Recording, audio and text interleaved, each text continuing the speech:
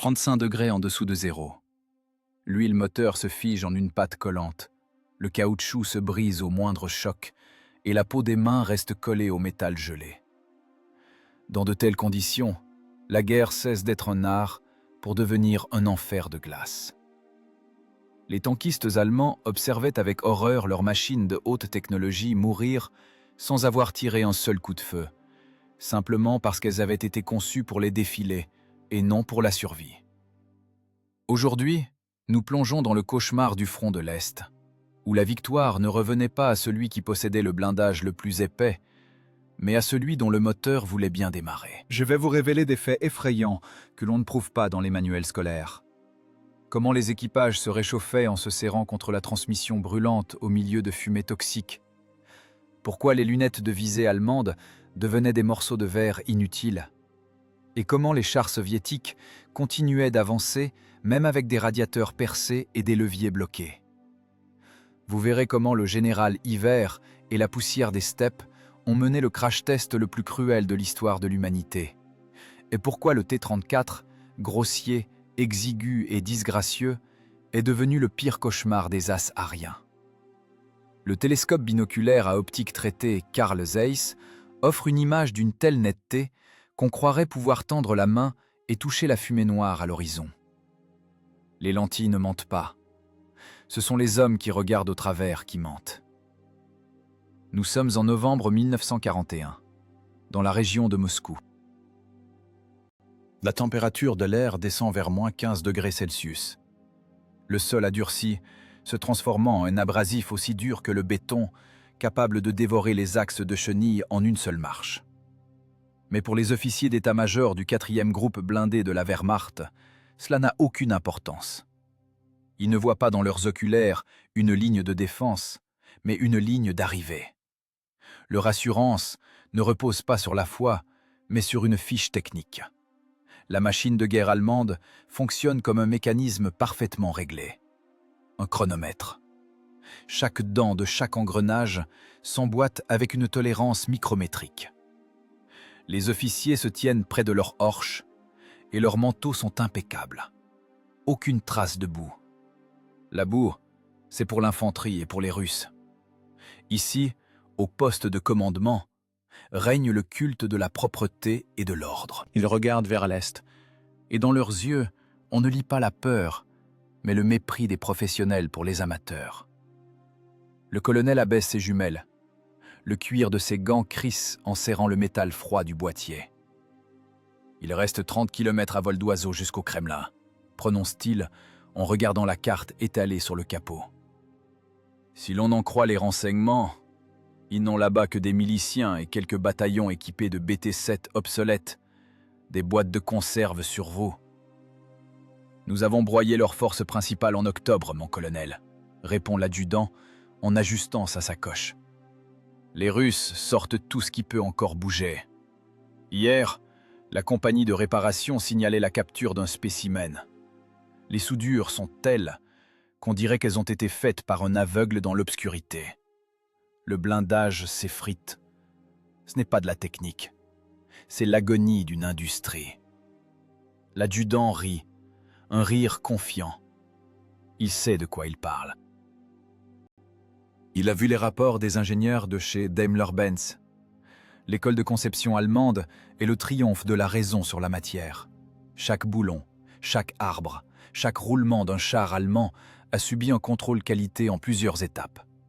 C'est une philosophie de la supériorité incarnée dans l'acier allié. Ils ont l'habitude de combattre un adversaire qui joue selon les règles. La Pologne, la France. Là-bas, la guerre se déroulait selon les calculs de l'état-major. La consommation de carburant correspondait aux normes. La durée de vie des moteurs coïncidait avec les garanties des usines. Ici, en Russie, ce monde idéal a commencé à se fissurer. Mais l'inertie de la pensée est plus redoutable que n'importe quel ennemi. Ils croient encore que la guerre est une compétition technologique où gagne celui qui a les plans les plus complexes. Autour du poste de commandement sont déployés des chars Panzer III et IV. Leurs moteurs Maybach tournent au ralenti. 12 cylindres, refroidissement liquide, essence. Le son des moteurs est régulier, grave, hypnotisant. C'est le son de la civilisation. Les équipages nettoient les optiques de visée avec des chiffons spéciaux. Les pilotes mécaniciens vérifient la tension des chenilles. Tout se fait selon les instructions. Le règlement allemand ne prévoit pas l'improvisation. Il prévoit l'exécution d'un algorithme. Avez-vous entendu parler du nouveau char russe ? Demande l'adjudant en pointant son crayon vers le secteur de tir. L'infanterie parle de flancs inclinés. Des rumeurs, tranche le colonel. La peur engendre des monstres. Les renseignements techniques ne confirment pas l'existence chez les bolcheviks de technologies permettant la production de masse de quoi que ce soit de plus sérieux qu'un tracteur. Pour faire un blindage incliné, il faut des presses d'une puissance qu'ils ne possèdent tout simplement pas. Pour faire un diesel fiable, il faut une culture de production qu'ils n'auront pas avant 100 ans. Nous nous battons contre des barbares, Günther. Les barbares peuvent être méchants, mais ils ne peuvent pas construire une machine complexe. C'est dans ce dialogue que réside l'erreur fatale de toute la campagne. Les Allemands évaluent l'ennemi selon leurs propres critères.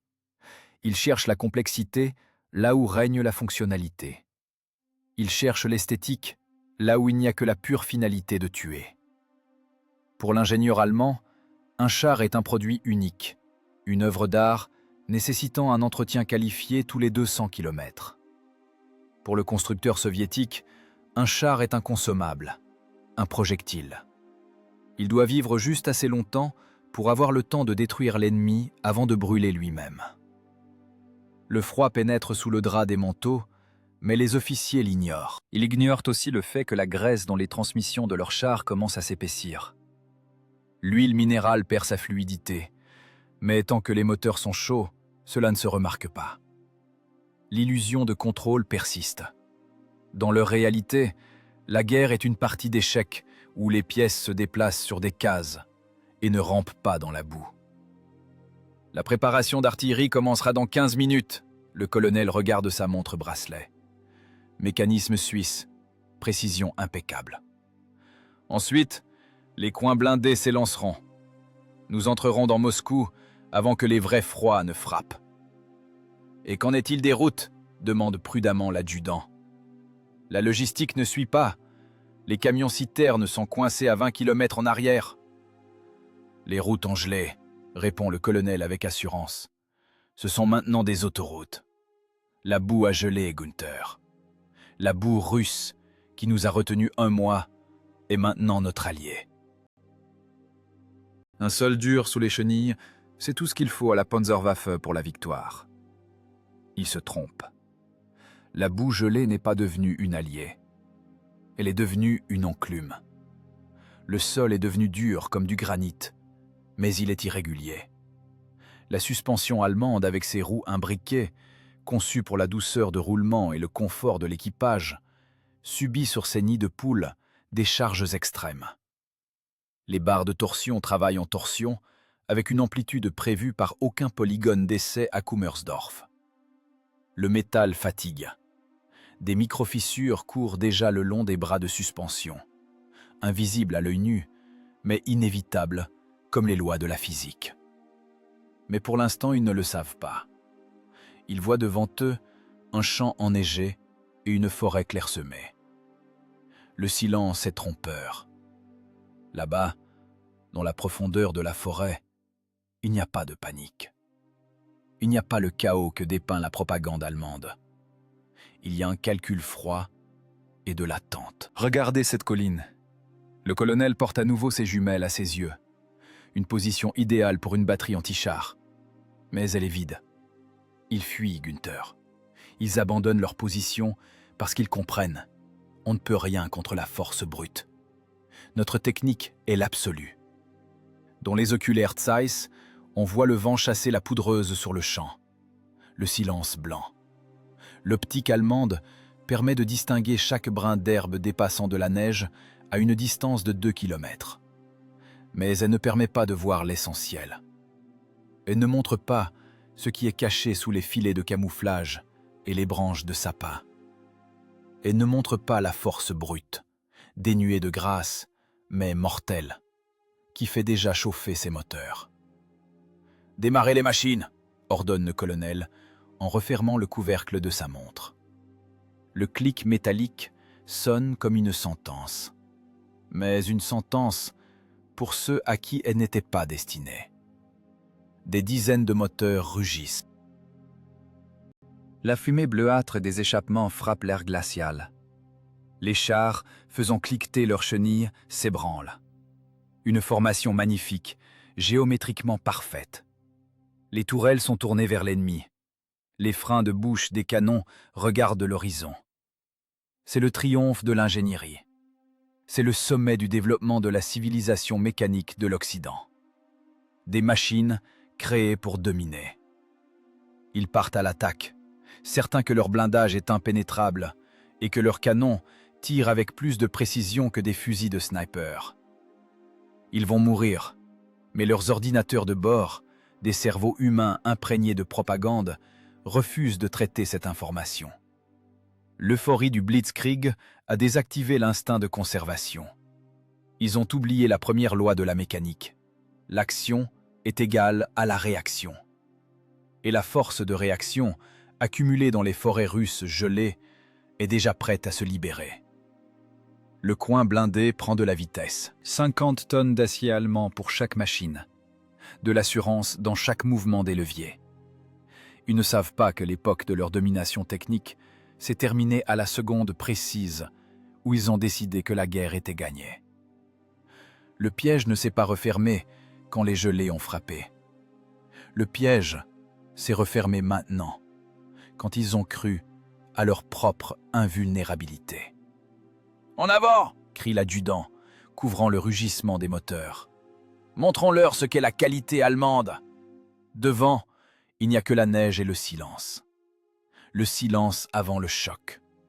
Un choc qui fera trembler non pas la terre, mais le concept même de la guerre moderne. Pendant que les officiers allemands essuyaient leurs oculaires avec de la peau de chamois, à 1000 km à l'est, dans les ateliers de l'usine de locomotives de Kharkov, l'air était épais d'ozone et de jurons.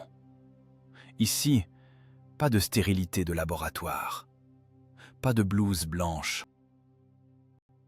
Ici, il y avait la suie qui s'incruste dans les pores de la peau pour toujours, et la lumière aveuglante de la soudure électrique. La réponse soviétique au perfectionnisme technique allemand ne naissait pas dans le silence des bureaux, mais dans le fracas des marteaux pneumatiques. Ce n'était pas de la création au sens noble du terme. C'était une course à la survie, où l'enjeu du concepteur n'était pas une prime, mais la vie de l'État. L'ingénieur en chef Mikhaïl Kochkine ne dormait pas depuis 3 jours. Son visage avait pris une teinte grise, terreuse, caractéristique des gens travaillant jusqu'à l'épuisement.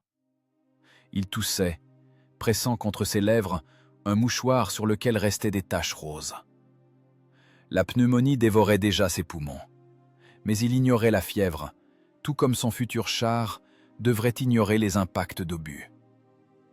Dans le bureau encombré de plans, flottait une lourde odeur de tabac et de solvants bon marché. Sur la table ne gisait pas simplement l'esquisse d'un véhicule de combat. Il y avait là un modèle mathématique de survie.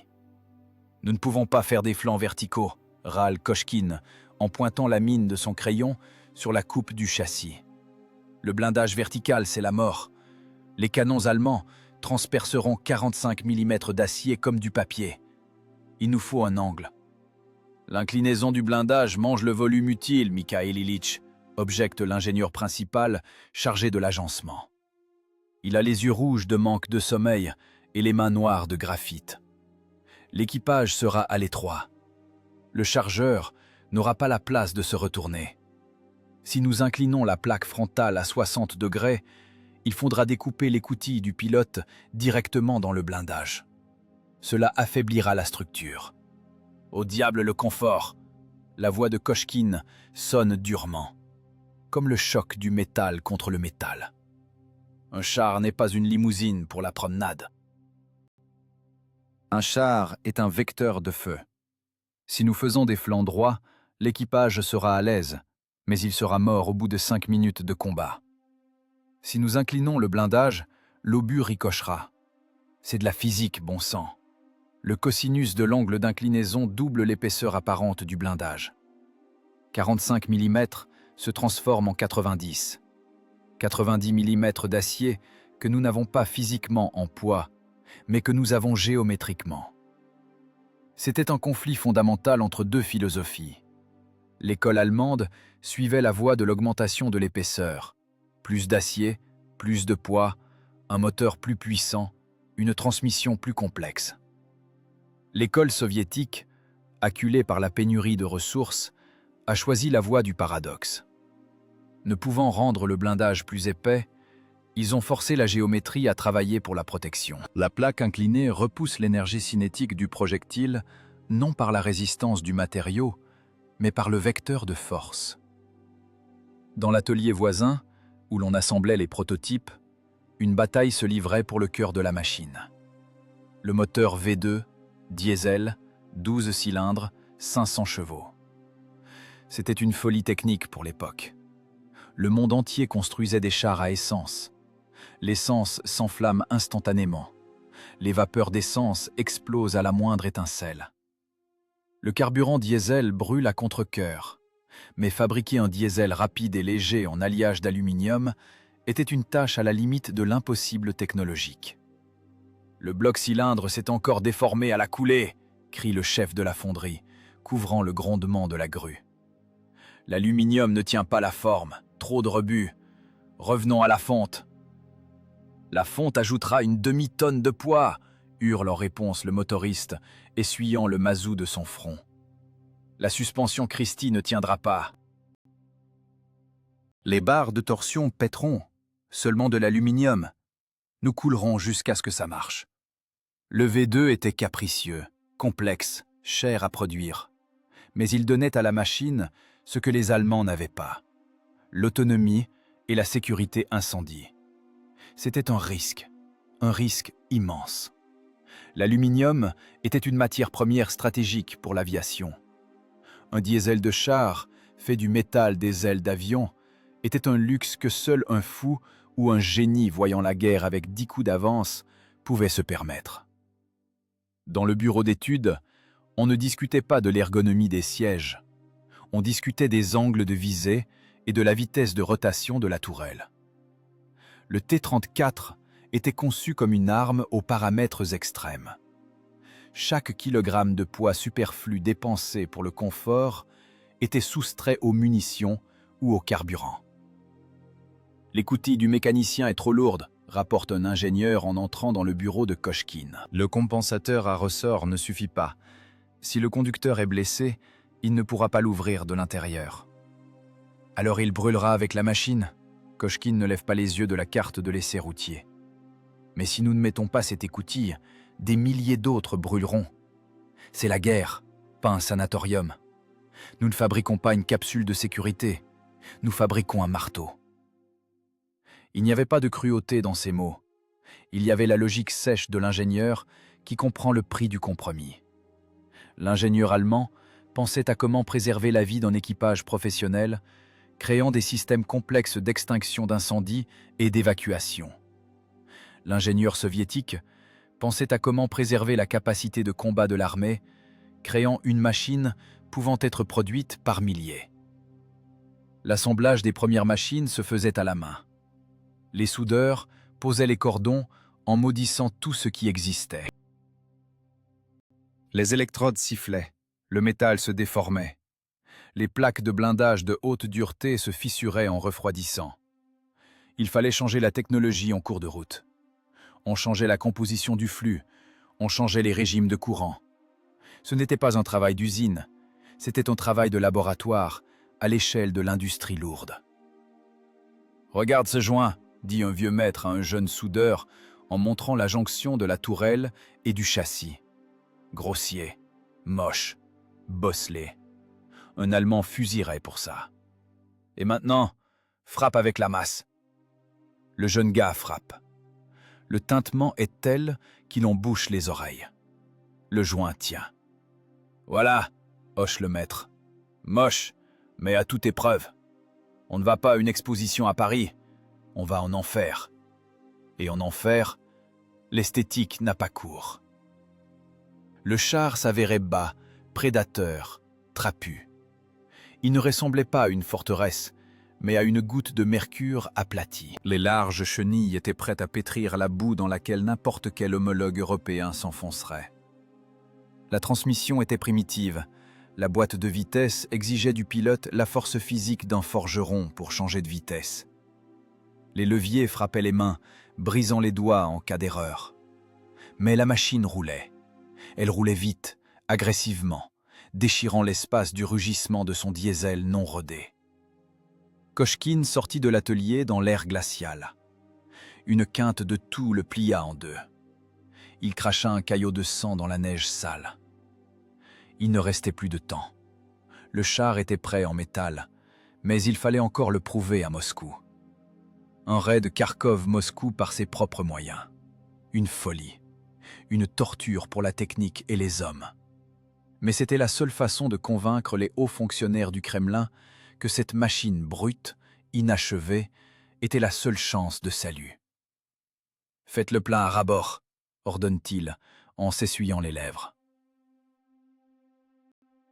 On prend des pièces de rechange, des câbles, des rondins, on part à l'aube. Il ne forgeait pas simplement un char. Il forgeait l'instrument qui devait briser l'échine de la machine de guerre la plus parfaite de l'histoire de l'humanité.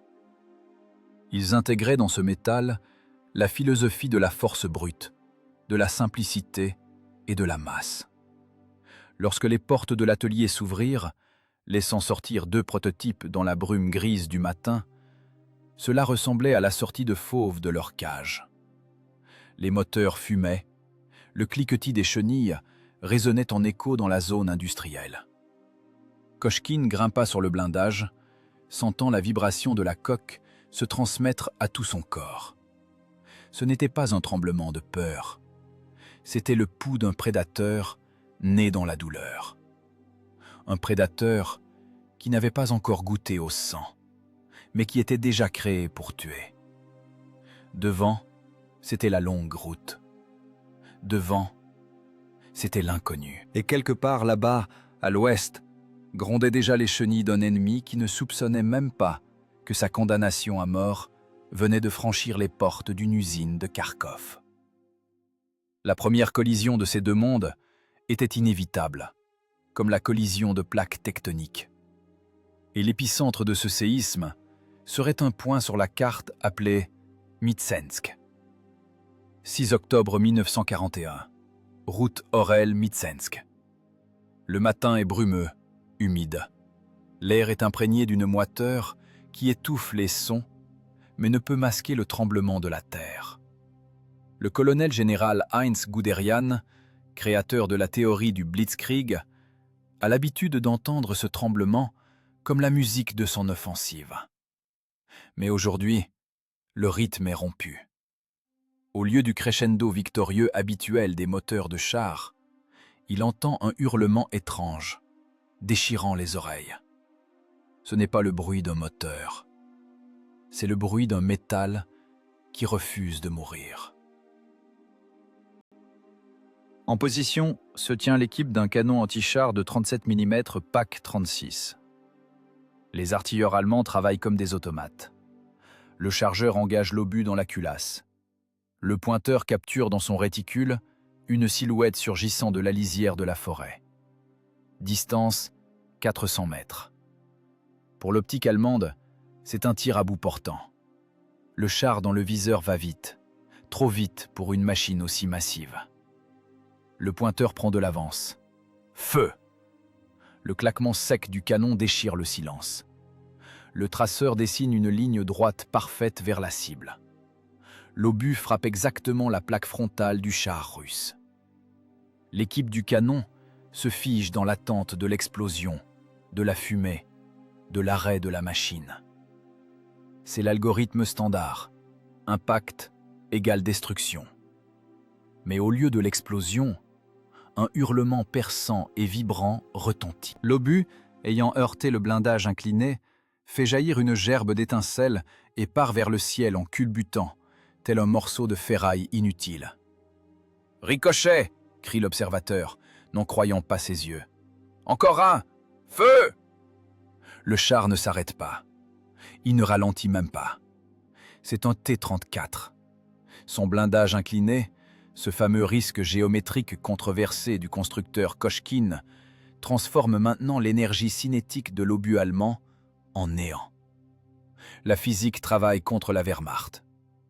L'angle d'impact de l'obus avec le blindage est si aigu que le noyau d'acier glisse simplement, sans avoir le temps de mordre dans le métal. Les soldats allemands rechargent le canon avec des mains tremblantes. Ils appellent ce canon le heurtoir de porte, pour son poids léger et sa commodité. Maintenant, ce surnom prend un sens sinistre. Il frappe à une porte impossible à ouvrir. Ils frappent sur le blindage comme sur une pierre tombale et ne reçoivent en réponse que l'écho de leur propre impuissance. « Perforant! Distance 200 !» hurle le sous-officier. Sa voix monte dans les aigus. Le T-34 est déjà tout près.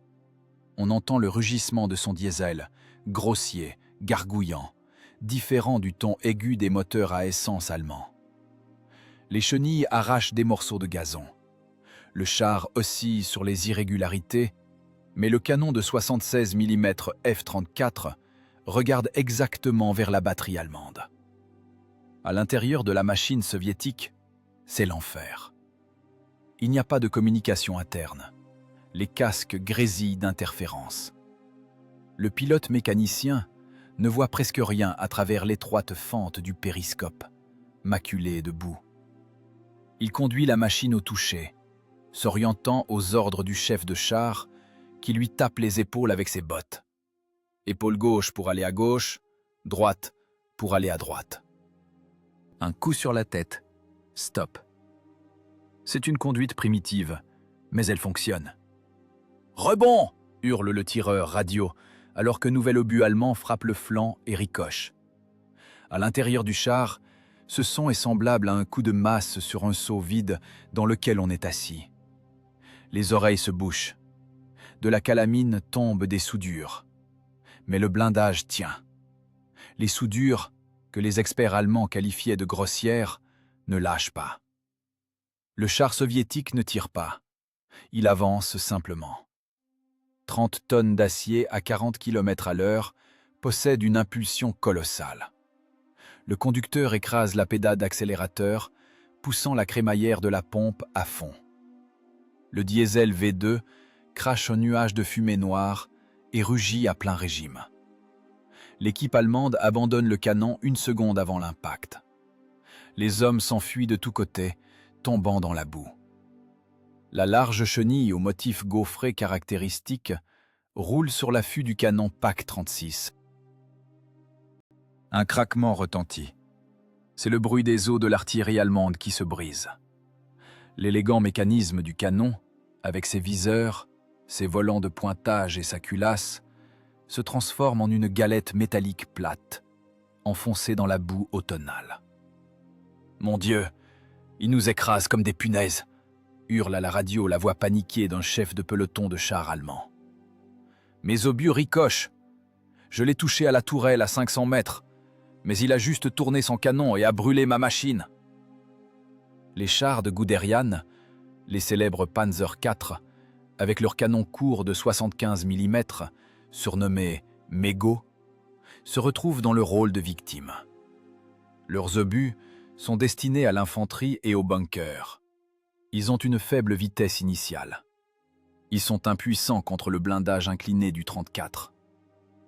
Les tankistes allemands voient leurs obus ne laisser que des marques noires sur la peinture verte des machines soviétiques. Ce n'est pas un combat, c'est un massacre.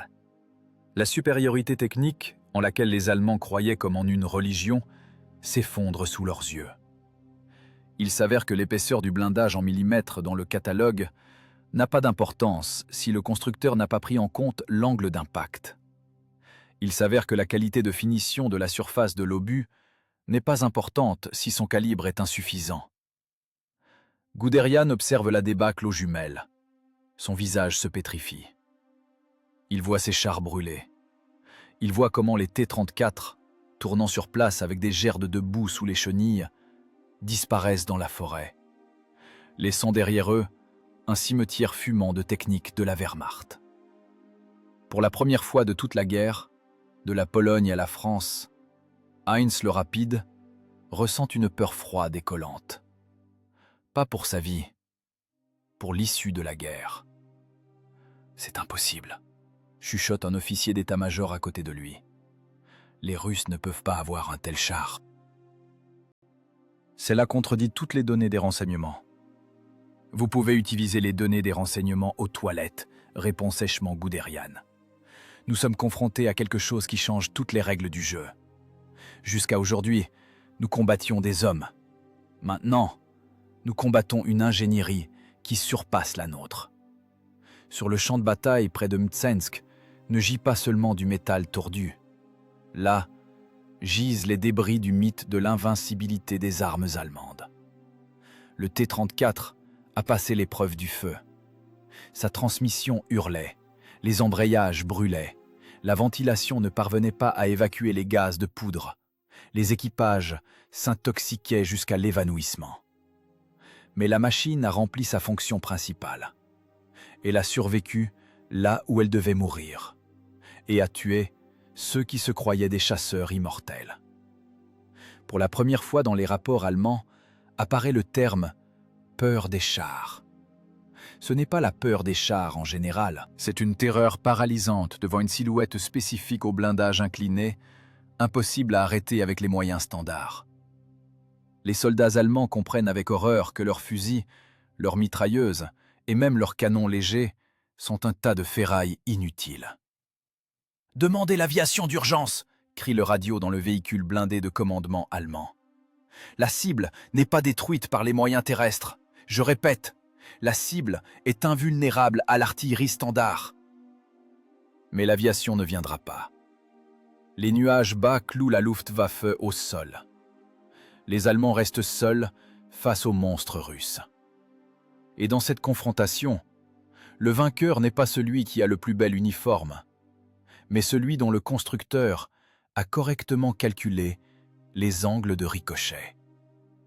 Et dans la forêt, refroidissant et craquant de tout son métal, se tient ce même T-34. L'équipage s'extrait des écoutilles, avalant avidement l'air froid. Les visages sont noirs de suie, les mains tremblent de tension. Le commandant inspecte le blindage. Sur la plaque frontale, un sillon profond se termine par une éraflure déchiquetée partant vers le ciel. La trace d'un obus allemand.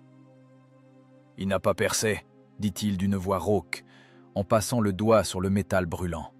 « Elle est vivante, la petite. » Il tape sur le blindage comme on tape sur l'encolure d'un cheval. Dans ce geste, pas d'emphase. Il n'y a que de la gratitude envers la machine qui a offert son épaule d'acier au coup mortel. Le char respire la chaleur, sent le gazole et l'huile brûlée. Il est imparfait, il est étroit, il est grossier. Mais c'est cette grossièreté qui a été le salut. Mtsensk fut un tournant. Le Blitzkrieg a trébuché. Le chronomètre allemand a raté un battement. Et l'aiguille des secondes s'est figée. La guerre a cessé d'être une promenade facile. Elle s'est transformée en un travail lourd et sale de broyage de ferraille auquel la technique allemande n'était pas préparée. Et l'hiver était devant. Et si le métal russe avait résisté au feu, il restait à savoir si le métal allemand résisterait à la glace. Le général Hiver préparait déjà son examen principal, et aucun rattrapage n'était prévu. Le thermomètre sur le mur de la commande d'Antour à Klein indique moins 32 degrés. La colonne de mercure s'est contractée, comme si elle essayait de se cacher de la réalité. Mais pour la technique, ce n'est pas juste un chiffre.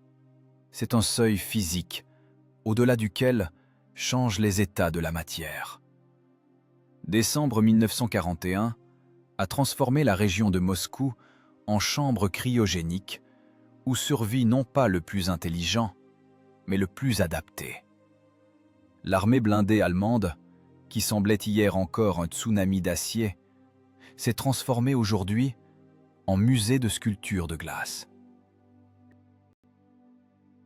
Les pièces parfaitement ajustées des moteurs Maybach ont joué un mauvais tour à leur créateur.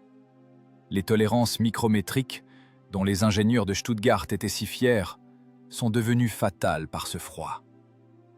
L'huile de graissage, conçue pour le climat européen, a épaissi et s'est transformée en une substance rappelant par sa consistance la colle de cordonnier.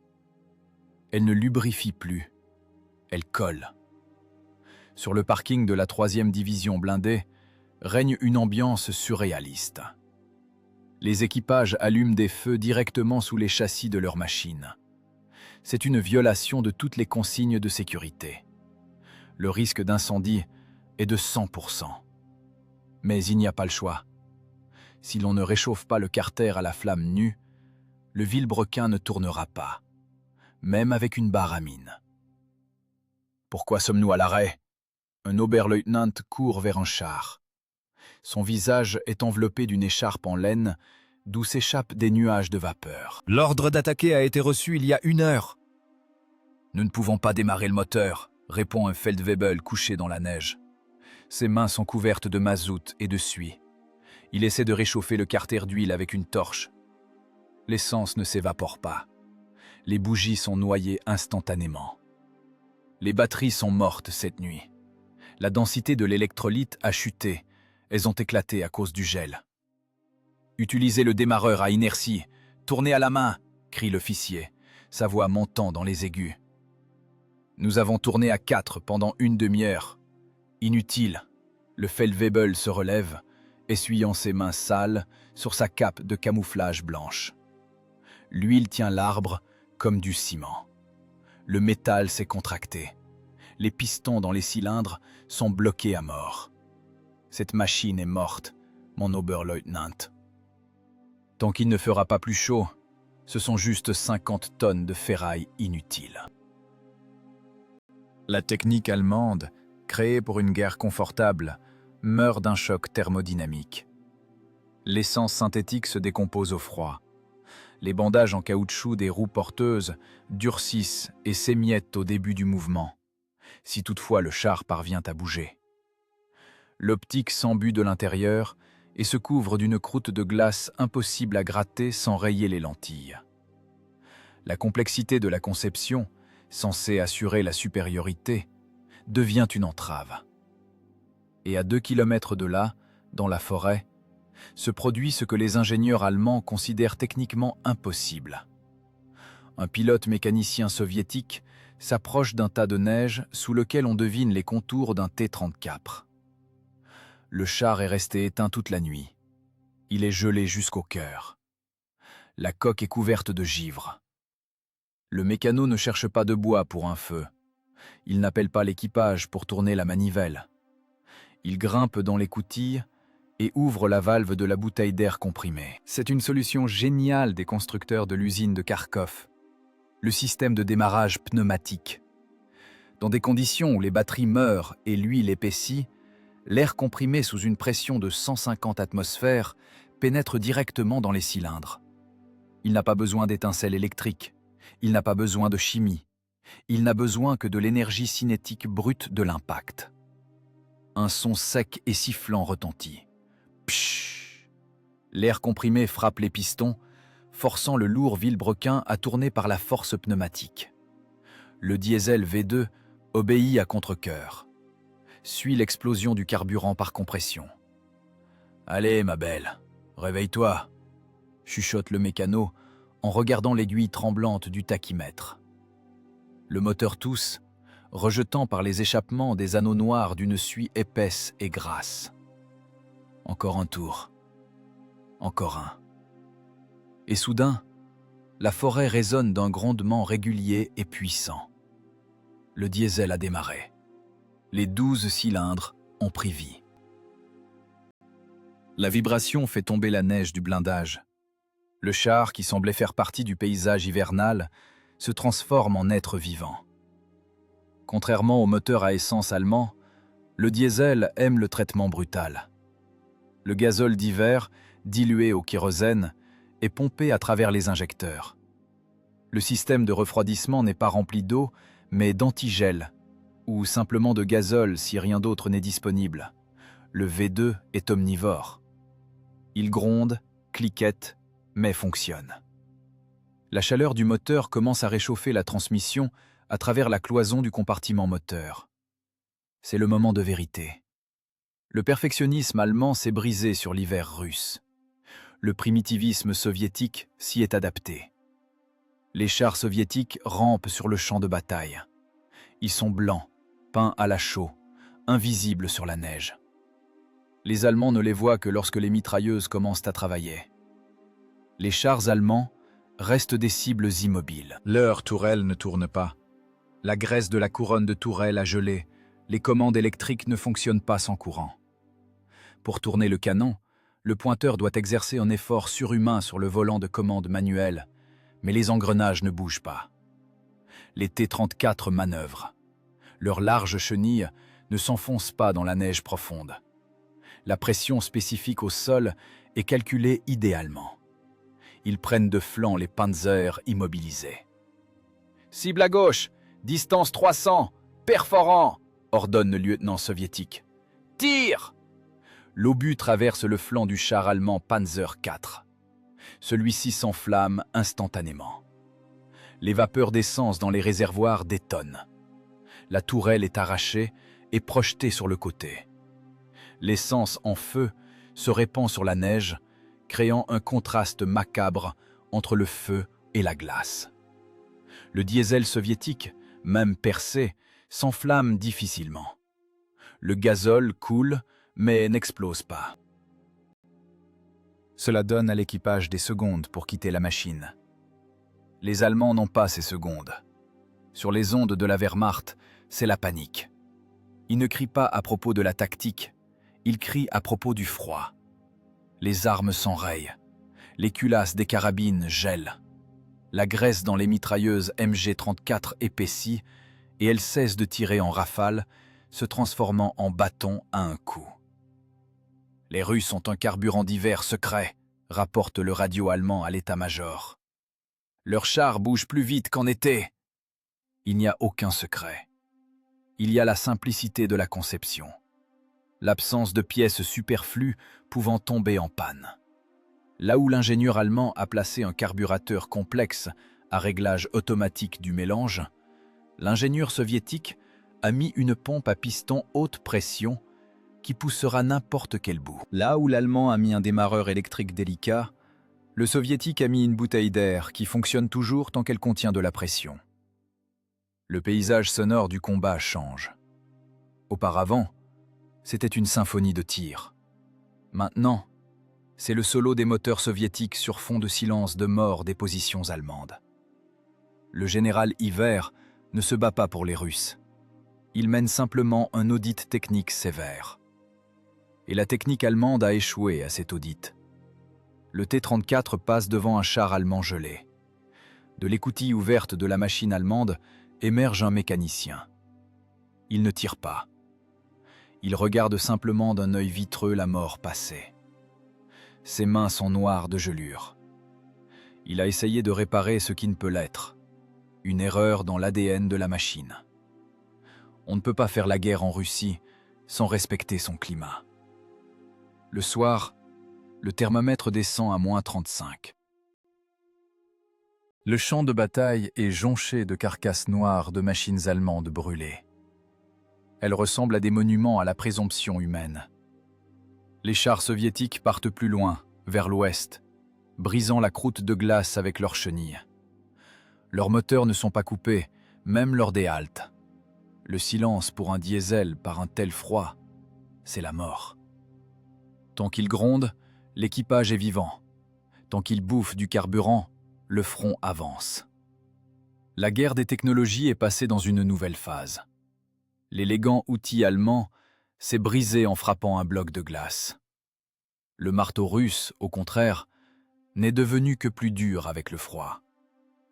L'hiver 41 a prouvé, la fiabilité est plus importante que les caractéristiques. La capacité de démarrer par -30 est plus importante que l'épaisseur du blindage. Parce qu'un char qui ne démarre pas n'est pas un char. C'est une cible. Pendant que sur le front, les moteurs allemands mouraient de froid, loin à l'arrière, dans l'Oural, se déroulait une opération sans équivalent dans l'histoire de l'ingénierie. C'était la transplantation du cœur industriel du pays, sans anesthésie et sans arrêt de la circulation sanguine. L'évacuation. 1500 grandes entreprises ont été arrachées avec leurs racines de la terre d'Ukraine et de Biélorussie, chargées sur des plateformes ferroviaires et jetées dans le vide de la steppe enneigée. Les analystes allemands à Berlin, assis dans des bureaux chauds, calculaient la logistique de la reconstruction. Ils utilisaient des règles à calcul et des normes européennes. Selon leurs calculs, le lancement d'une usine de chars sur un nouveau site nécessite au minimum 6 mois. Coulage des fondations, érection des murs, montage des ponts roulants, réglage de l'équipement. Ils rapportaient à Hitler « L'industrie blindée soviétique est paralysée jusqu'à l'été 42. Ils n'ont pas de machine-outil, pas de toit au-dessus de leur tête, pas d'électricité. » C'était l'erreur fatale des comptables essayant de mesurer la fureur par l'algèbre. À Nijni Tagil et Tcheliabinsk, les lois de la construction civile ont été abolies. Ici, une seule loi s'appliquait, la loi du temps de guerre. Les machines-outils étaient déchargées directement dans les congères. Les lourds tours verticaux et les fraiseuses étaient posées sur des traverses en bois clouées à la hâte, prises dans le sol gelé. Les électriciens tiraient les câbles de puissance sur la neige, connectant l'équipement à des générateurs temporaires. Les tourneurs se mettaient aux machines à ciel ouvert, quand la température tombait à -40. Les copeaux volant sous l'outil étaient chauds, mais ils refroidissaient avant même de toucher le sol. Les toits des ateliers étaient construits au-dessus des lignes déjà en fonctionnement. Les murs s'élevaient autour des gens qui tournaient les couronnes de tourelles. La neige tombait sur les pièces, sifflait sur les ébauches chauffées, mais la chaîne ne s'arrêtait pas une seconde. Ce n'était pas une usine au sens habituel, c'était un organisme unique, se nourrissant d'électricité et de volonté humaine, réglé sur une seule fonction, la production de morts pour l'ennemi. Dans les ateliers d'Ural-Vagonzavod se déroulait une évolution douloureuse, mais nécessaire, de la conception du T-34. Les ingénieurs, ceux-là même qui un an auparavant se battaient pour chaque millimètre d'esthétique, taillaient maintenant impitoyablement dans les plans. Le slogan « Tout pour le front » signifiait dans la langue du technologue « Simplifier tout ce qui n'influence pas le combat ». Le char d'avant-guerre était complexe. Le char de 42 est devenu primitif comme un pavé. Les coûteux bandages en caoutchouc sur les galets de roulement ont disparu. Pénurie de caoutchouc. Maintenant, l'acier claquait contre l'acier. Le bruit du mouvement du char devenait assourdissant. L'équipage devenait sourd. La vibration détruisait les roulements. Mais le char roulait. Au lieu de 2 phares, il n'en restait qu'un. Au lieu d'une finition intérieure complexe, le blindage nu. Le temps de fabrication d'une machine est tombé de 8000 heures-hommes à 3700. La percée technologique clé qui a brisé l'échine de la stratégie de qualité allemande fut la soudure automatique sous flux. La méthode de l'académicien Patton.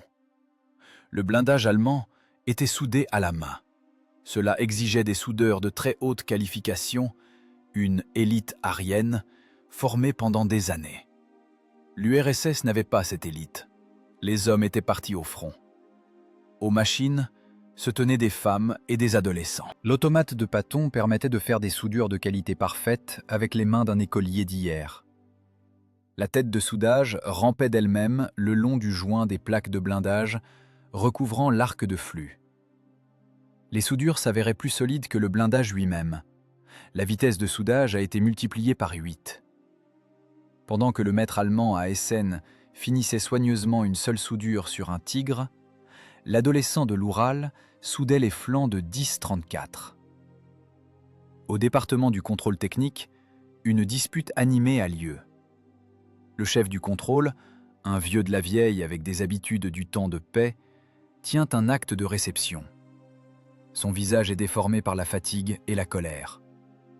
Devant lui se tient le contremaître de l'atelier d'assemblage, dont les mains tremblent non de peur, mais de surmenage. « Je ne signerai pas ça !» crie le chef du contrôle en montrant la tourelle du char. « Regarde la fonte, des cavités sur la surface. Les traces du moule ne sont pas nettoyées. Et ça, c'est quoi? La soudure n'est pas meulée, c'est du rebut. » « Ce n'est pas du rebut, ce sont les tolérances du temps de guerre, » aboie en réponse le contremaître. « Le blindage tient? Il tient. La géométrie est aux normes? Aux normes. Le canon se lève? Oui. Quelle importance si la soudure brille ou non?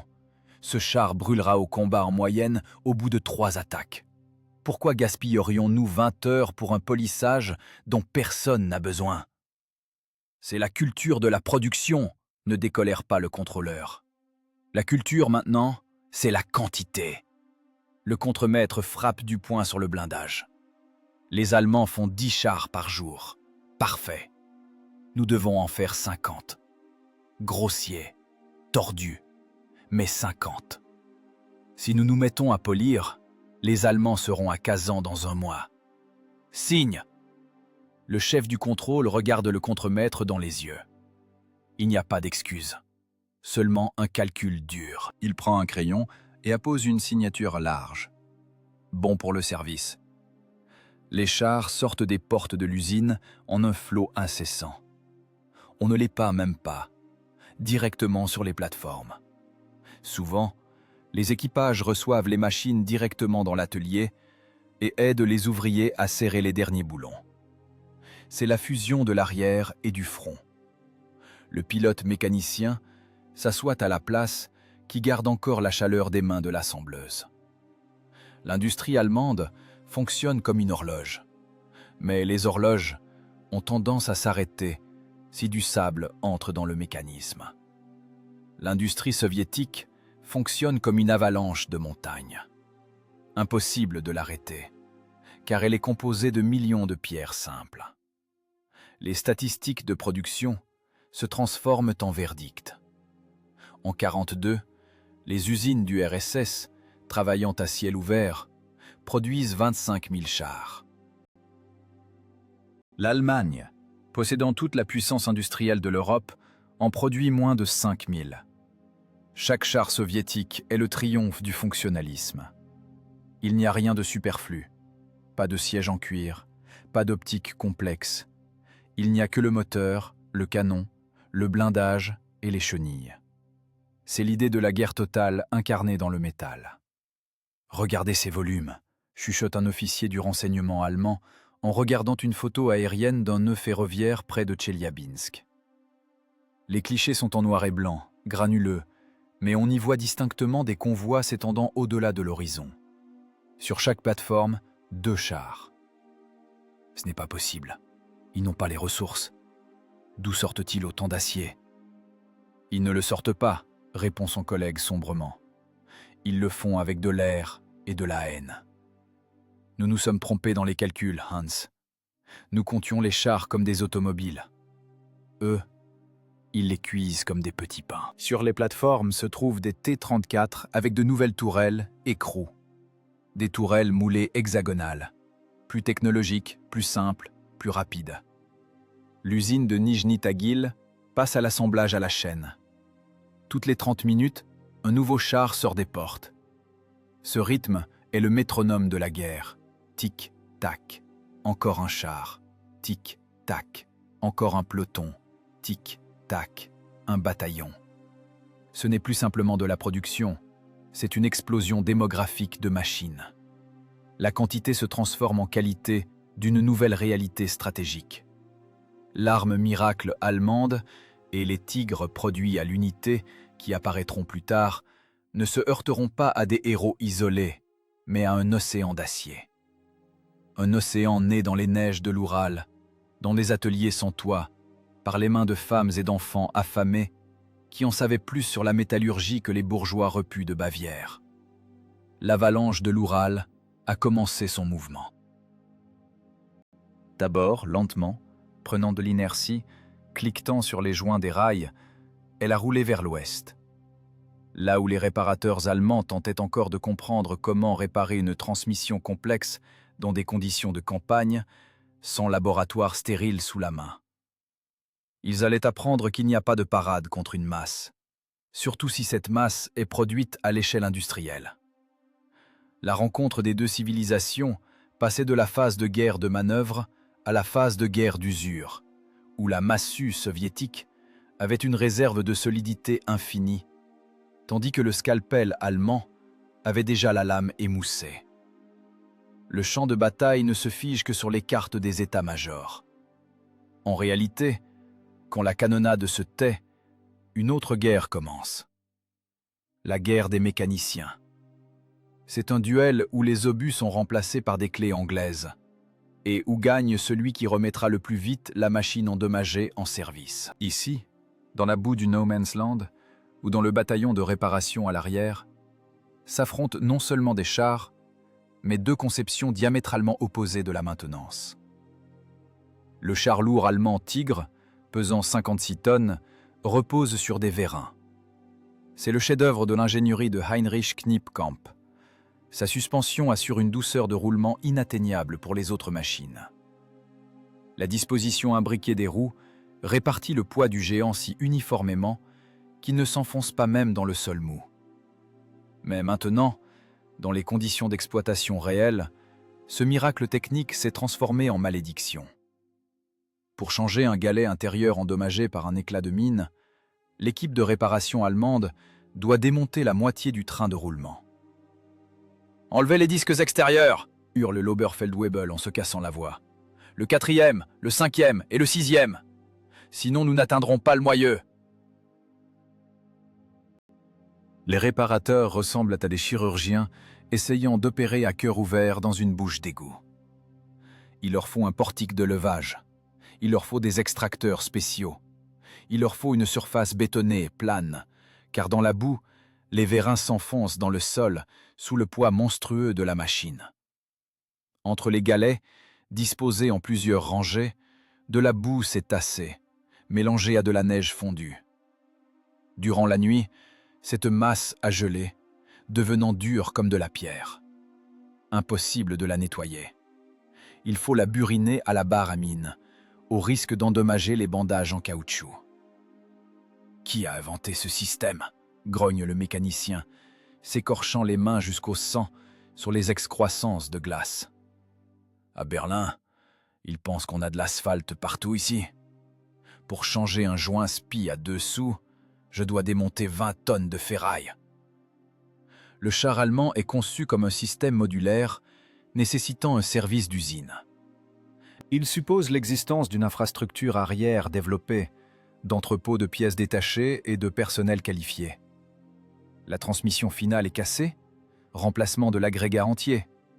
Mais l'agrégat pèse des centaines de kilos et il n'est pas en stock car le convoi a été bombardé par les partisans.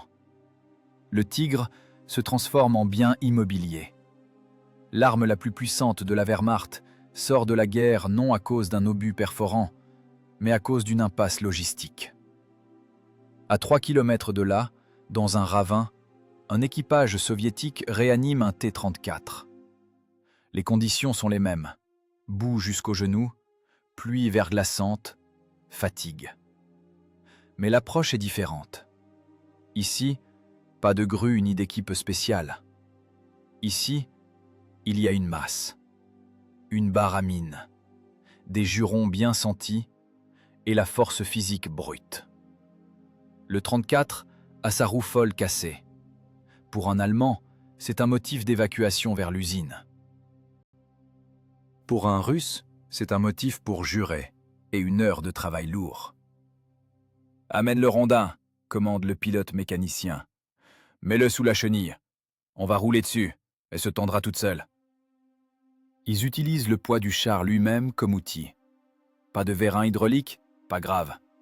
Le char monte sur le rondin, le châssis se soulève, la chenille se détend. Le galet cassé est chassé à coups de masse. Ici, pas besoin de tolérance micrométrique. Les ajustements sont grossiers, Les jeux énormes. L'ingénieur allemand serait horrifié par ces jeux. « C'est du jeu, c'est de la vibration, c'est de l'usure !» s'exclamerait-il. L'ingénieur soviétique sait. Par ce jeu s'évacuera la boue qui aurait bloqué le mécanisme allemand. Les tolérances agricoles dont se moquaient les experts de Daimler-Benz permettent aux nœuds de fonctionner en étant bourrés de terre et de sable. Le mécano prend le poste de soudure. Juste là, sous la pluie. Les étincelles sifflent en tombant dans une flaque. Il soude une fissure dans la plaque de blindage. L'électrode colle, la soudure est tordue, ressemblant à une cicatrice, mais elle est étanche. « Mikhalitch, l'axe du patin ressort !» crie le chargeur. « Renfonce-le !» répond le commandant, sans s'arrêter de nettoyer le canon avec les couvillons. Sur le T-34, il n'y a pas d'arrêtoir complexe pour les axes de chenille. Il y a un simple butoir métallique sur la coque. Si l'axe commence à sortir à cause des vibrations, il frappe ce butoir et se renfonce. Un primitivisme génial. Une construction qui s'entretient elle-même en mouvement. Pendant ce temps, les réparateurs allemands baissent les bras, impuissants. Ils n'ont plus de boulons de rechange à pas inversés.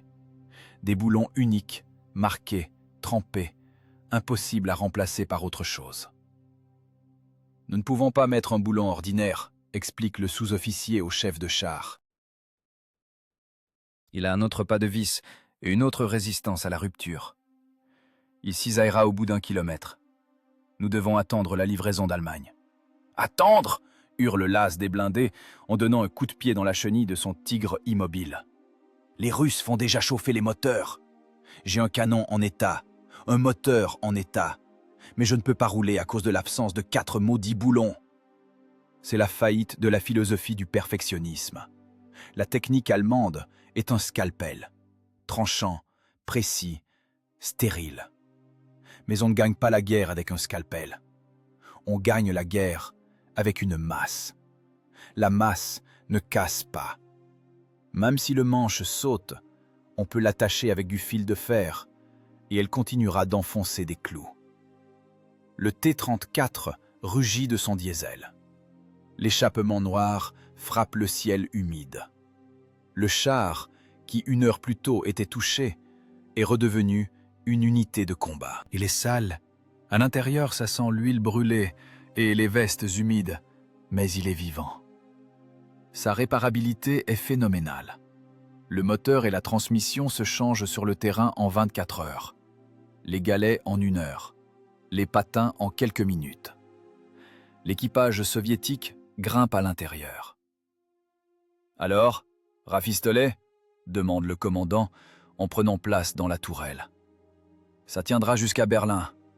Et là-bas, ils en donneront des neufs », ricane le mécano en s'essuyant les mains avec un chiffon plus noir que la nuit. Ils n'ont pas peur des pannes. Ils savent.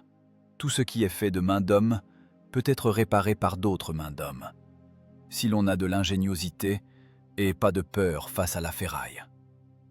Quant au tigre, il reste là, puissant, menaçant, mais inutile. Il deviendra un trophée. Quand le front partira vers l'ouest, les tracteurs soviétiques le traîneront au polygone de Koubinka, où les ingénieurs étudieront longuement ses entrailles et hocheront la tête, s'étonnant. Comment a-t-on pu faire une machine aussi magnifique et aussi inadaptée à la vie? La complexité est devenue vulnérabilité. La quête de l'idéal a mené à la paralysie. Dans le duel des réparateurs, ce n'est pas celui qui a le meilleur outil qui a gagné, mais celui dont l'outil n'exige pas d'adoration. La masse soviétique s'est avérée plus fiable que le chronomètre allemand, simplement parce qu'il n'y a rien dedans qui puisse casser de telle façon qu'on ne puisse le réparer d'un coup de botte. La pluie s'intensifie, lavant les traces d'huile sur le blindage. Les chars partent au combat. L'un brillant de ses soudures fraîches, l'autre restant rouillé comme un monument à l'arrogance technique. La logistique de la guerre est impitoyable. Gagne celui qui tire, et non celui qui attend des pièces. Et pendant que la compagnie de réparation allemande rédige des rapports sur la pénurie de clés spéciales, le bataillon de chars soviétiques perce déjà la ligne de défense sur des machines remises en état, prouvant le théorème de Kochkine. La simplicité est la forme suprême de la fiabilité. Juillet 1942. Steppe de Voronezh. Si en hiver l'ennemi principal de la mécanique était la glace, maintenant c'est le soleil. La température de l'air à l'ombre dépasse 40 degrés Celsius. Mais ici, il n'y a pas d'ombre. Il n'y a que la steppe brûlée, l'horizon tremblant de chaleur et la poussière. La poussière n'est pas simplement de la saleté. Dans ces contrées, c'est du löss, une suspension infime, d'une dureté comparable à de la poudre abrasive. Elle flotte dans l'air comme un brouillard dense, soulevé par les chenilles de milliers de machines. Pour les moteurs à combustion interne, l'enfer thermique est arrivé. La technique allemande, conçue dans le confort climatique de l'Europe centrale, s'est heurtée à un phénomène absent des cahiers des charges de la Wehrmacht, la surchauffe. À l'intérieur d'un char allemand Panzer IV, la température atteint 60 degrés. Ce n'est plus l'habitacle d'un véhicule de combat, c'est un four.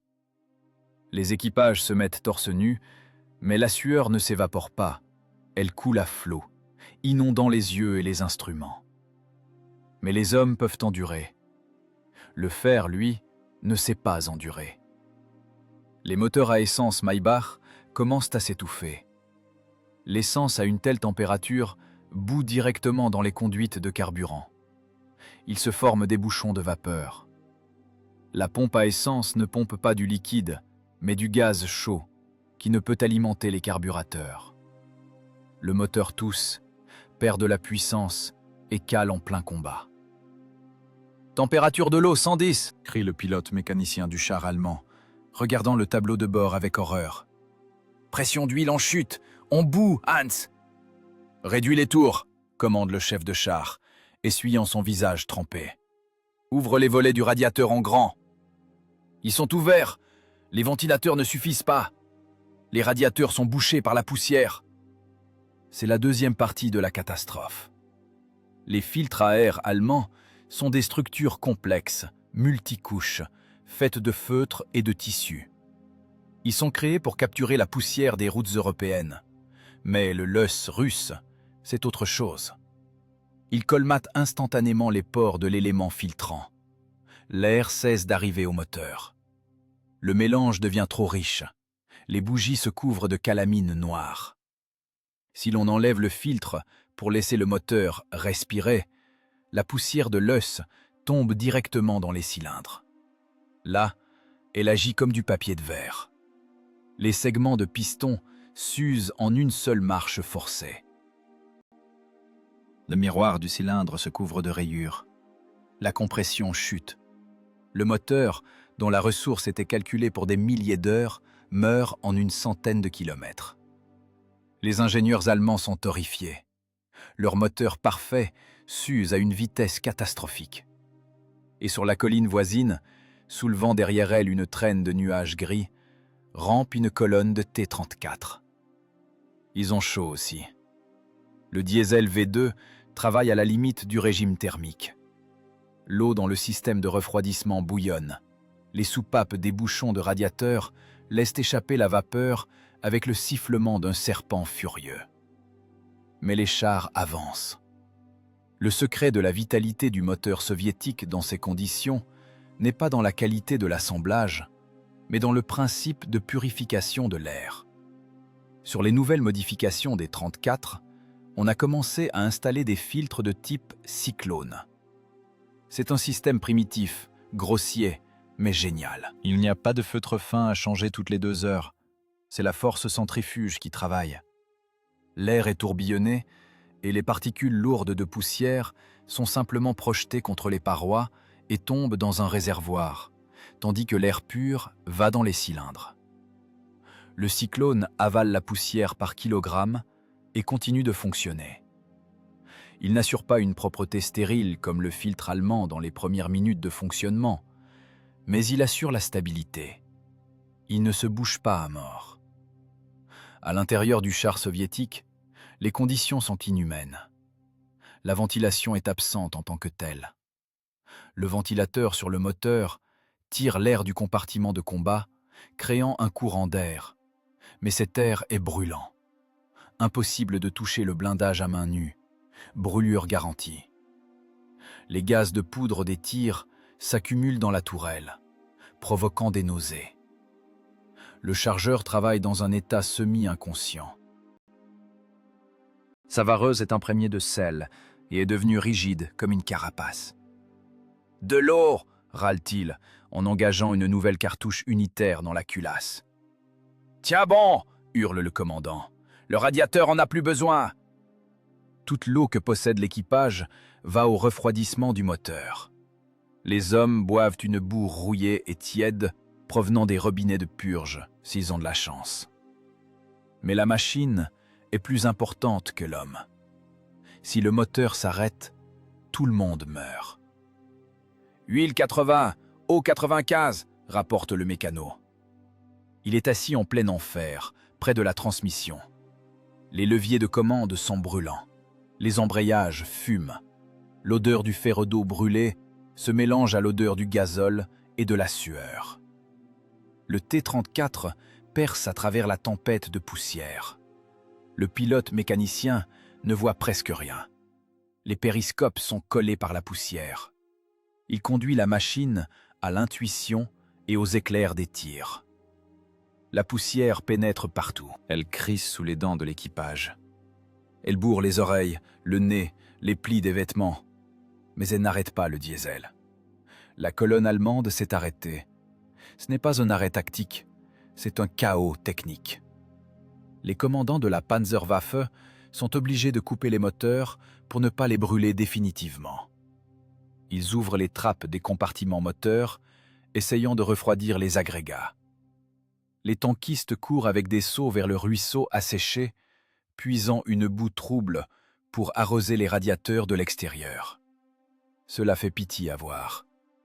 Le sommet de la pensée technique de l'Europe, les redoutables T4 et canons d'assaut, restent là comme des boîtes impuissantes au milieu de la steppe russe, vaincus non par un obus perforant, mais par la physique des gaz et la thermodynamique. « Pourquoi eux, ils roulent ?» demande le pointeur allemand, regardant dans son viseur tremblant les silhouettes approchant des chars soviétiques. « Ils ont d'autres lois physiques ?»« Ils ont d'autres tolérances », répond sombrement le commandant, observant sa machine devenir une cible immobile. Leurs jeux dans le groupe piston sont tels que la poussière passe à travers sans bloquer le piston. Ils ont construit une machine qui fonctionne à la crasse. Et nous avons construit une machine qui fonctionne en laboratoire. Le duel dans les steppes de Voronezh a montré la perfection de la conception est l'ennemi de la survie. Plus le système est complexe, plus il a de points de défaillance. Le système de refroidissement allemand, avec ses thermostats, ses coupleurs et ses capteurs, devient fou sous la charge. Le système soviétique, pompe, radiateur et ventilateur sur l'arbre, pompe simplement du liquide.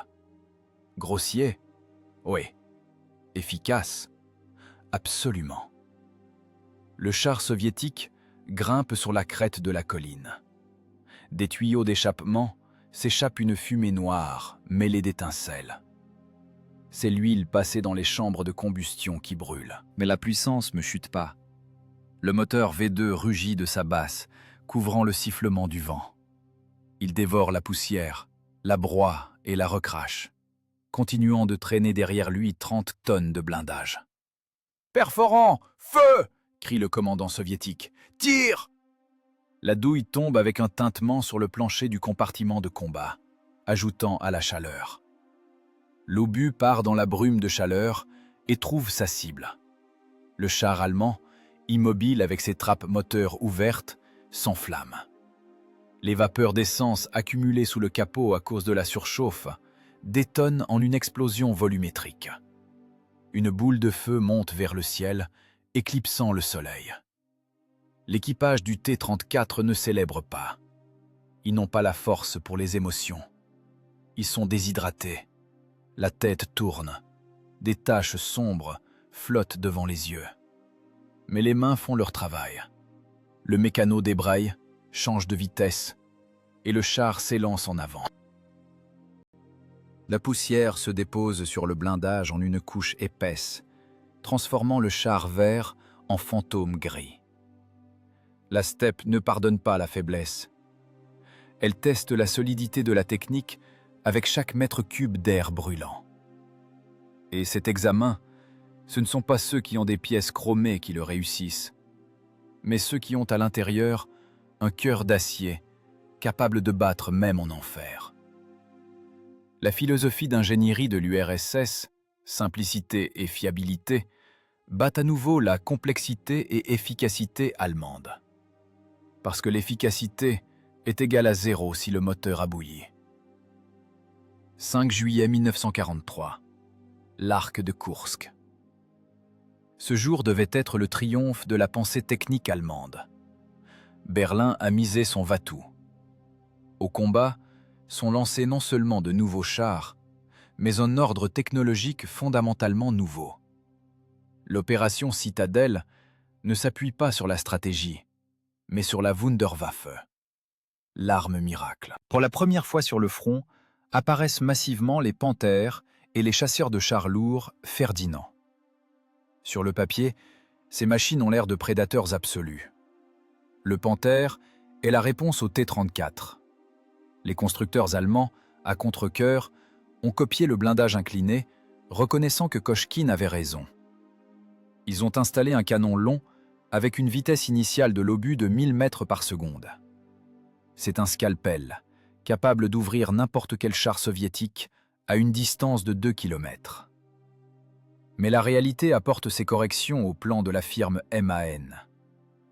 Les bataillons de Panthères avancent vers les positions de départ. Et là, commence un cauchemar technique qu'aucun chef technique soviétique n'aurait imaginé dans ses pires rêves. Les chars commencent à brûler. Tout seuls, sans un seul tir ennemi. « Le moteur brûle !» crie le pilote mécanicien de la machine de tête, arrachant le verrou de l'écoutille. « 4e compartiment en feu !» Du compartiment moteur du Panther s'échappe une colonne de fumée noire et grasse. L'équipage quitte la machine en panique. La cause n'est pas une mine, ni un obus, mais un défaut de conception. Le moteur Maybach HL230 est poussé à la limite. Le système de refroidissement ne suffit pas. Les pompes à carburant fuient, l'essence goutte sur les collecteurs d'échappement brûlants. L'étanchéité de la coque, faite pour franchir les obstacles aquatiques, transforme le compartiment moteur en four hermétique sans ventilation. « C'est du sabotage !»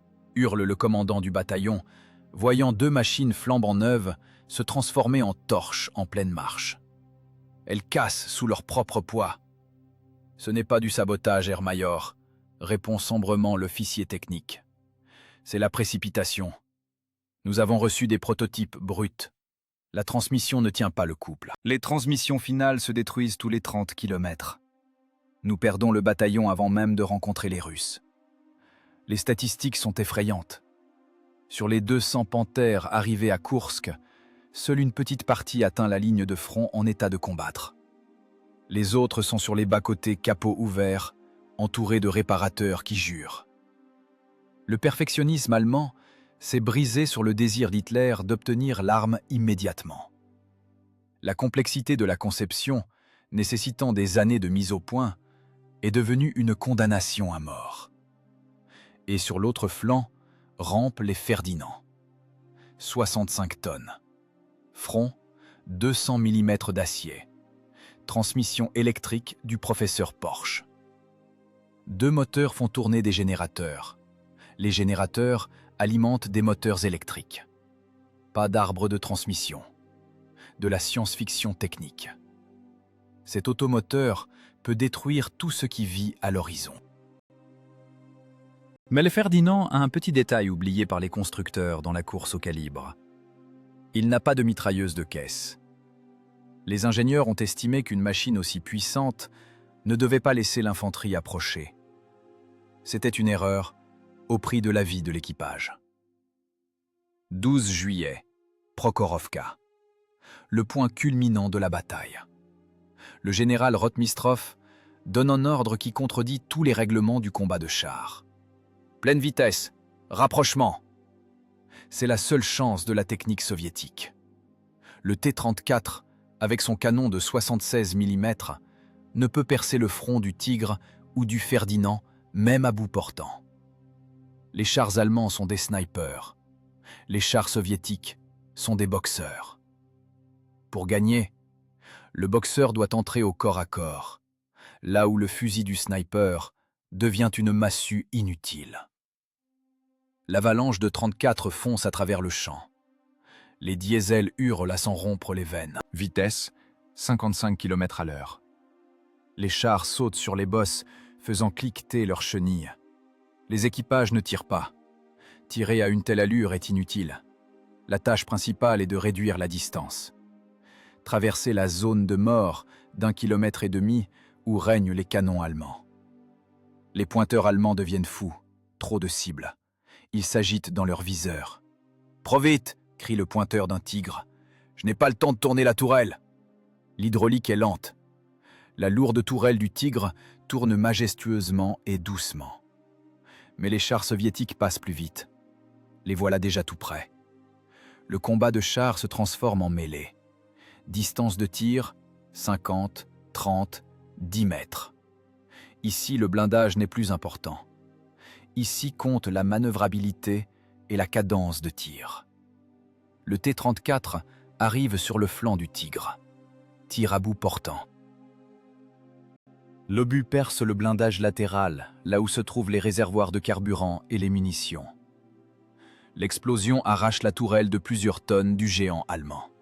« Éprenage !» hurle le commandant du char soviétique quand il n'a plus d'obus. « Frappe-le de front !» 30 tonnes d'acier soviétique à pleine vitesse percutent le flanc du Tigre.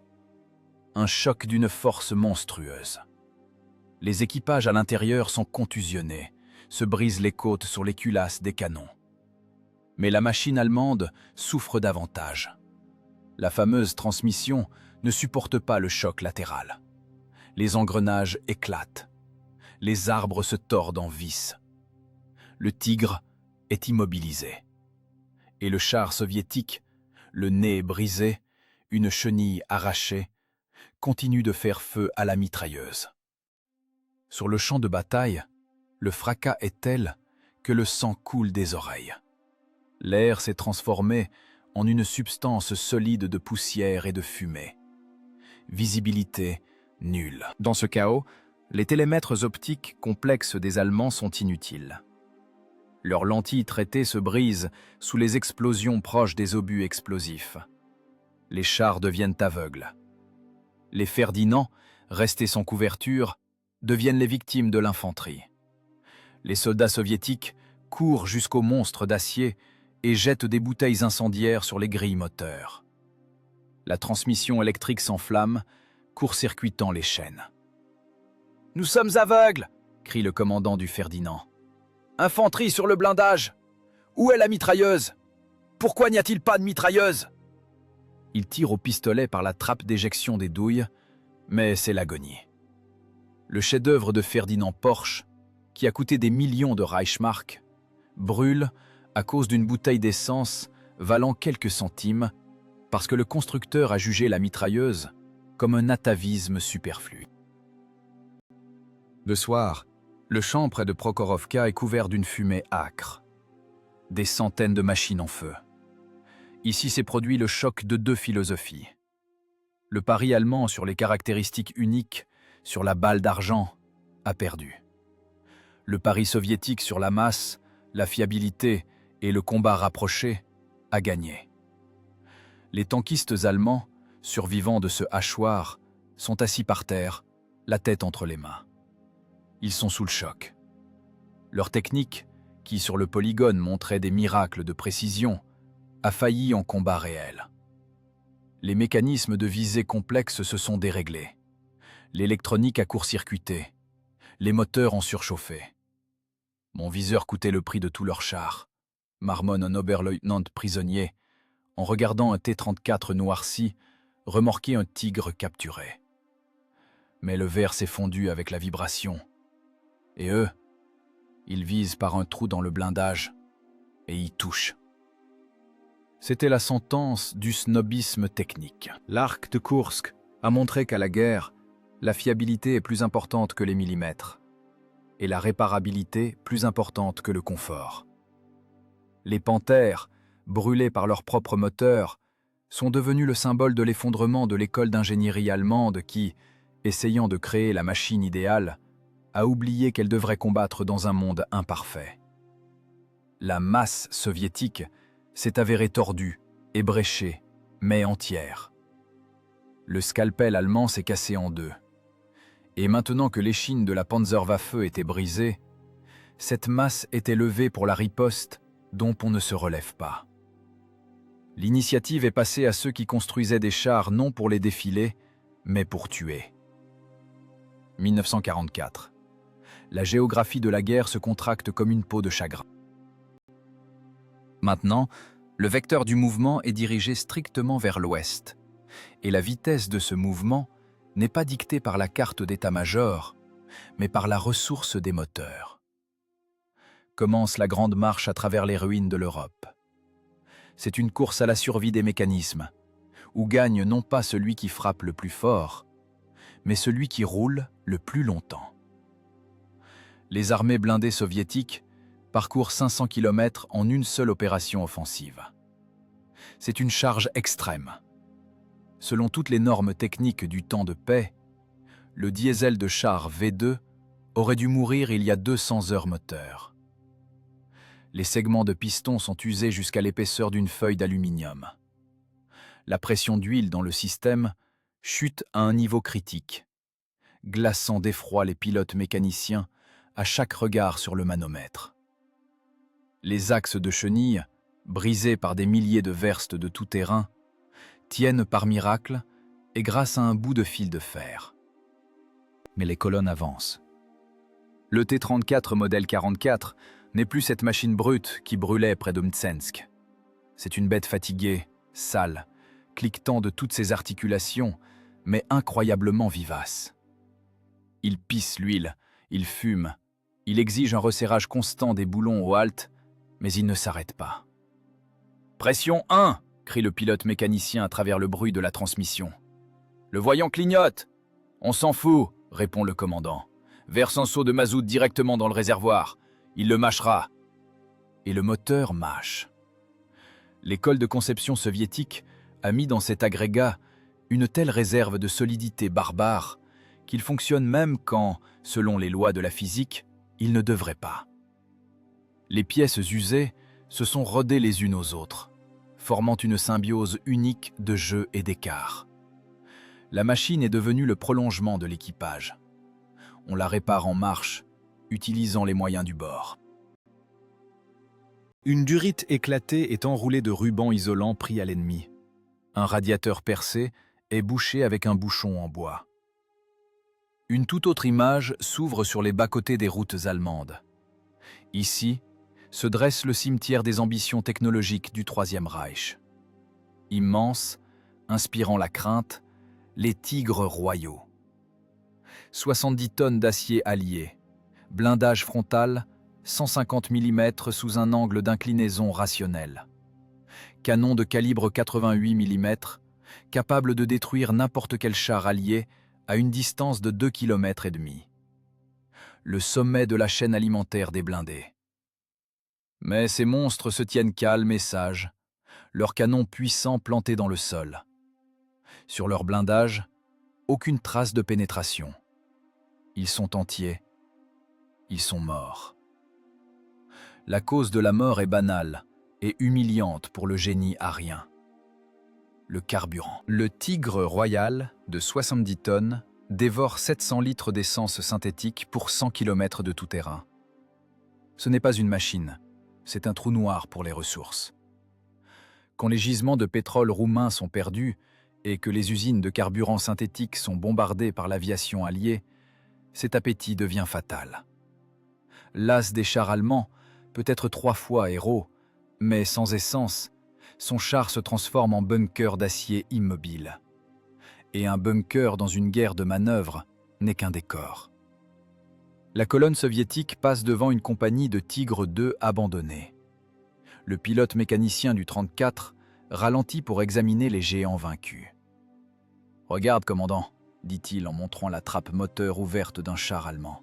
« Tout propre, pas une égratignure. Ils l'ont laissé, les salauds. » Leur transmission finale a lâché, détermine le commandant d'un œil expert. « Tu vois, la chenille est sautée. » Les dents de l'engrenage sont cisaillées. C'est le deuxième talon d'Achille des poids lourds allemands. Le poids est passé à 70 tonnes, mais la transmission et les transmissions finales sont restées celles de machines de 40 tonnes. Le métal ne supporte pas le couple. Les engrenages, fabriqués avec une précision de joaillier, s'émiettent en poussière lors d'une tentative de démarrage brusque. L'ingénieur allemand a calculé la résistance pour des conditions idéales, mais a oublié de multiplier la charge par le coefficient de panique lors de la retraite. « Riche machine !» crache le chargeur en regardant le puissant frein de bouche du Tigre. « Mais elle sert autant qu'un bouc pour le lait. Elle reste là, à rouiller. Alors que notre hirondelle a rampé sur le ventre à travers la moitié de l'Europe et ira jusqu'à l'océan. » L'hirondelle, c'est ainsi qu'ils appellent leur char. Pas point de Staline, pas arme de représailles. Hirondelle. Dans ce mot réside toute l'essence de la relation du soldat russe au fer. Il ne le prie pas comme l'allemand ses Wunderwaffen. Il l'aime comme un être vivant, lui pardonne ses caprices, soigne ses blessures et sait qu'au moment critique, la machine lui rendra l'appareil. La route vers l'ouest est encombrée de matériel abandonné de la Wehrmacht. Il y a ici des Panthers, des automoteurs Jagdtiger, des transports de troupes. Tout cela est abandonné faute de pièces ou de carburant. Effondrement logistique. L'armée la plus parfaite du monde s'est transformée en piéton parce qu'elle a créé une technique qui ne sait pas vivre de manière autonome. Le char soviétique traîne sur sa poupe des fûts supplémentaires de gazole. C'est dangereux. Un impact et l'équipage brûlera vif. Mais c'est nécessaire. L'autonomie, c'est la vie. Les ingénieurs soviétiques ont prévu la possibilité d'installer des réservoirs externes dès les plans. Les ingénieurs allemands estimaient que le carburant devait être apporté par l'échelon arrière. Il n'y a plus d'échelon arrière. À travers le verre trouble du périscope, le pilote mécanicien voit la terre allemande brûler. Les petites villes soignées, comme en pain d'épices, aux toits de tuiles, se transforment en ruines sous les chenilles. Mais il n'y a pas de pitié, il n'y a que de la fatigue et la compréhension du travail. Le levier est bloqué, se plaint le mécano, essayant de tourner la machine dans une rue étroite. L'embrayage patine. « Tape à la masse sur la tringlerie !» conseille le commandant. « De la boue est entrée. » Le mécano frappe. Un bruit métallique retentit et le levier cède. Le char tourne, emportant l'angle d'une maison en briques. La force brute gagne encore. Si l'hydraulique complexe de commande du Tigre s'était bloquée, l'équipage rédigerait un rapport pour la mise au rebut de la machine. Ici, on règle le problème par un coup. L'année 1945 les accueille non par des saluts, mais par la fumée des incendies. La ressource de la technique est épuisée à 200%. Les canons sont rincés. Les rayures à l'intérieur sont presque effacées. La précision a chuté. Les obus partent par là-bas, mais ils sont nombreux. La densité de feu compense tous les défauts de production et d'usure. Les soldats allemands, assis dans les tranchées avec des Panzerfaust, voient avancer un mur d'acier. Ils savent que leurs tigres royaux sont 10 km derrière, inutiles et froids. Ils comprennent que la guerre a été perdue, non pas quand Berlin est tombé, mais quand leurs ingénieurs ont parié sur la complexité contre l'endurance. Encore 50 kilomètres, et on s'arrête pour réparation, promet le commandant, bien qu'il n'y croit pas lui-même. On changera le moteur, on nettoiera les filtres. Elle ira, dit avec assurance le mécano en caressant le levier. Elle a la peau dure. Donne-lui juste du gazole, elle ira jusqu'à l'autre monde, et elle en reviendra. La vue à travers le périscope devient une métaphore de la fin. Devant, le Reich à l'agonie. Derrière, des milliers de kilomètres de routes jonchées de machines allemandes brisées, abandonnées, parfaitement conçues, qui n'ont pas passé le test principal, le test de survie dans le chaos. La puissance sans mouvement n'est rien. Les chars soviétiques, cliquetant comme des seaux de boulons, ont prouvé que le mouvement, c'est la victoire. Mai 1945, Berlin. Le silence qui pèse sur les ruines de la capitale du Reich est plus assourdissant que la canonnade d'artillerie. Aux abords de la ville, sur des terrains vagues géants, sont organisés des points de rassemblement de la technique capturée. C'est un cimetière d'ambition, où gisent pêle-mêle des panthères calcinées, des tigres déchiquetés et des automoteurs Jagdpanther intacts mais abandonnés par leurs équipages. Ici, sous escorte, on amène les spécialistes techniques allemands. Ingénieurs des firmes Henschel, MAN, Daimler-Benz, les hommes qui ont conçu les meilleurs chars du monde. Maintenant, ils sont prisonniers, experts du triomphe d'autrui. On leur ordonne de démonter et d'analyser le char soviétique T-34-85 qui trône au centre du terrain. Il est sale, le blindage porte des traces de suie, mais il est là, à Berlin, en vainqueur. Un ingénieur allemand âgé, ayant consacré toute sa vie à la mécanique de précision, s'approche de la machine soviétique. Il passe la main sur la tourelle. Ses doigts sentent la rugosité de la fonte. Le métal est bosselé, non traité. À la jonction des plaques de blindage, on voit la soudure. Elle est grossière, irrégulière, avec des bourrelets. L'électrode a avancé inégalement. « Regardez ça !» dit-il à son collègue en montrant la coupe du blindage. « C'est du barbarisme. Ils n'ont même pas pris la peine de nettoyer la calamine. Les tolérances de moulage sont de plus ou moins 5 mm. Dans notre école, pour ça, on est viré, avec une interdiction d'exercer. » Le collègue, un ancien concepteur de transmission, hoche sombrement la tête. Il vient de sortir de l'écoutille du pilote mécanicien. Ses mains sont pleines d'huile. « J'ai examiné la boîte de vitesse, » dit-il doucement. Les engrenages ne sont usinés qu'au point de contact.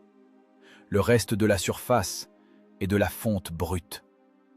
Les leviers de commande sont juste des bouts de tuyaux. Aucune ergonomie. Le siège est du contreplaqué avec de la bâche. Ils se regardent, et dans leurs yeux se lit la dissonance cognitive. Selon leur vision du monde, ce bricolage grossier ne pouvait pas vaincre leur chef-d'œuvre technique. Leur tigre avait des télémètres stéréoscopiques, des boîtes de vitesse semi-automatiques, des volants au lieu de levier, une ventilation avec filtration. Chaque char allemand était une œuvre d'art créée pour dominer. Mais c'est précisément ici, dans la décharge de l'histoire, que leur vient une terrible prise de conscience. Nous construisions des machines pour des tournois de chevalerie, prononce le vieil ingénieur en essuyant ses lunettes. Nous pensions que la guerre était un duel où gagne celui qui a l'épée la plus longue et le pas le plus léger. Nous calculions les coefficients de pénétration et les angles de vue. Nous créions des mécanismes parfaits pour des conditions parfaites. Il donne un coup de pied dans la chenille du T-34. Mais les Russes construisaient une machine pour tuer. Ils ont compris ce que nous n'avons pas compris. La guerre n'est pas un tournoi. La guerre, c'est la boue, le sang et la production de masse. Pendant que nous dépensions 100 000 hommes pour un seul tigre, le portant à la perfection, eux, rivetaient 10 de ces monstres grossiers. Et ces monstres sont arrivés à Berlin, tandis que nos machines parfaites sont restées rouillées dans les marais polonais. C'est le moment de vérité. L'école d'ingénierie allemande, qui avait érigé la complexité en culte, a perdu face à l'école soviétique, qui avait érigé en culte la fonctionnalité. Les Allemands tentaient de résoudre les problèmes en ajoutant de nouveaux nœuds. Le char est lourd, ajoutons une direction assistée. Mauvaise visibilité, ajoutons une optique complexe. Les Russes résolvaient les problèmes en coupant le superflu. Le char est lourd, enlevons le confort. Mauvaise visibilité, le commandant sortira la tête de l'écoutille. Regarde ce moteur, continue le concepteur de transmission. V2, aluminium, diesel. Ils ont volé des technologies aéronautiques et les ont fourrées dans un tracteur. Ils fuient l'huile, ils fument, ils vibrent à faire claquer les dents. Mais ils fonctionnent avec n'importe quel liquide qu'on peut enflammer.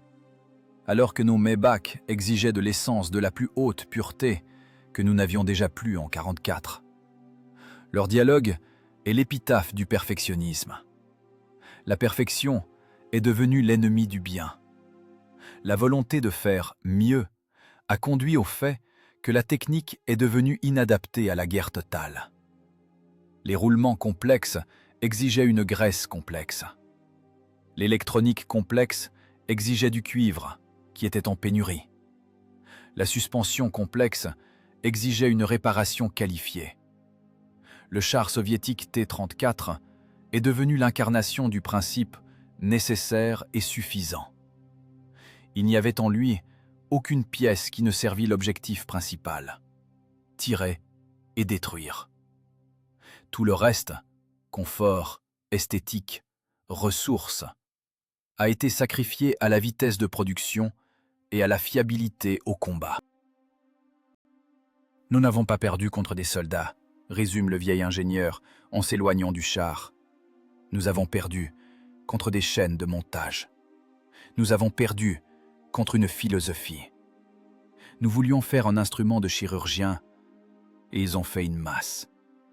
Et dans une bagarre dans une ruelle sombre, la masse est toujours plus efficace que le scalpel. L'école de conception soviétique est sortie de cette guerre avec un code génétique unique. Ce code, c'est la simplicité extrême, la réparabilité sur le genou et l'unification. Cette expérience, payée par des millions de vies et des milliers de machines brûlées, a servi de base à toute l'industrie militaire d'après-guerre de la superpuissance. Le T-34-85 se tient sur le terrain vague berlinois non simplement comme un char. C'est un monument au rationalisme technique.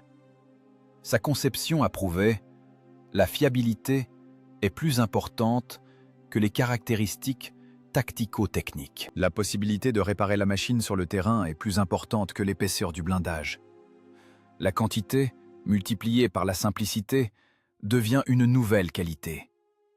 Dans le futur, ce principe engendrera le fusil d'assaut Kalachnikov, une arme qui fonctionne dans le sable et l'eau. Il engendrera des tracteurs de fusées fiables et les vaisseaux spatiaux Soyouz qui volent depuis des décennies. La pensée technique soviétique a assimilé pour toujours la leçon de l'année 41. La technique doit être le prolongement du soldat, et non un fardeau pour lui. Les ingénieurs allemands partent sous escorte. Derrière eux, reste debout la machine qui a réécrit les manuels de conception. Elle n'est pas belle. Elle a des soudures grossières. Elle a une tourelle exiguë. Mais elle a gagné. Parce qu'à la guerre, la beauté ne se mesure pas à l'éclat du vernis, mais à la capacité d'atteindre la capitale ennemie. La masse soviétique a brisé le chronomètre allemand, prouvant que dans la mécanique de la mort, la simplicité est la forme suprême de la perfection.